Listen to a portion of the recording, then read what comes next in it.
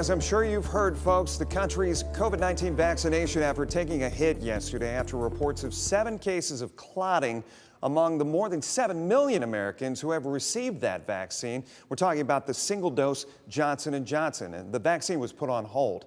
We're joined here this afternoon by Dr. Kaminski, ProMedica's Vice President of Quality and Patient Safety and a partner of the VProject. Doctor, we want to start off talking about how concerned people should be, especially those who recently got that vaccine. Well, I think it's normal for people to be concerned, but people shouldn't panic over this. As you stated, we've had about 7 million people that have received the vaccine, and we've observed 7 reactions. And appropriately, the CDC and the FDA issued a statement that recommended to states that they pause the vaccine so that more information could be gained and learned so that we can all re-enter any use of the Johnson & Johnson with more information, just to assure that safety and efficacy are the top priority. And the good news is that we have 2 other vaccines out there that we can administer to people while we're waiting to get that information and waiting for new recommendations. So I would ask people to be concerned and to pay attention to the recommendations that come out.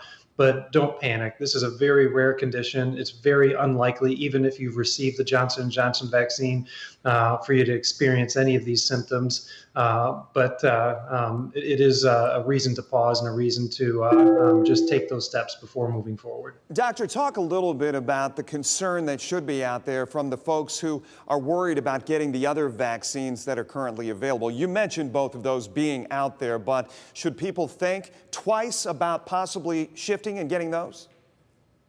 That's a great question, and our hope as we observe the current surge that we're in right now is that this doesn't create additional hesitancy or concern about the other vaccine. So with the other 2, the Moderna and the Pfizer vaccine, we've given over 180 million doses across this country. That's just a tremendous amount in a short period of time.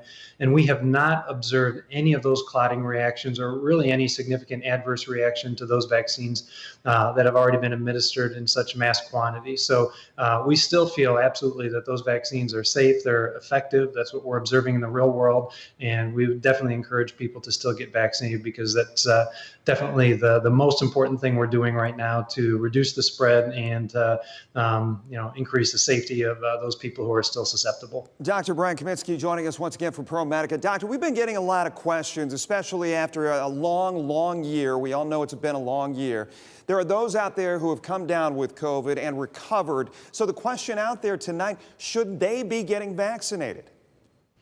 That's another great question, and one of the most common questions that we get. And the short answer is yes, absolutely. We believe that by getting immunity through the vaccine, it is more durable and it's more predictable than through natural infection. We do know that natural infection does produce some immunity, but it's very unpredictable, meaning that depending on how much virus you were exposed to and how sick you became with COVID, your immune response may be variable. So we know that some people tend to have a fading antibody response within weeks of receiving natural infection. And when we measure that same antibody response in people that have been vaccinated, it's much stronger.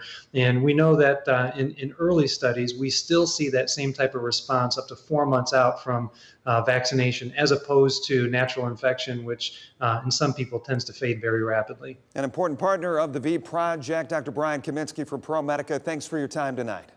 Thanks for having me.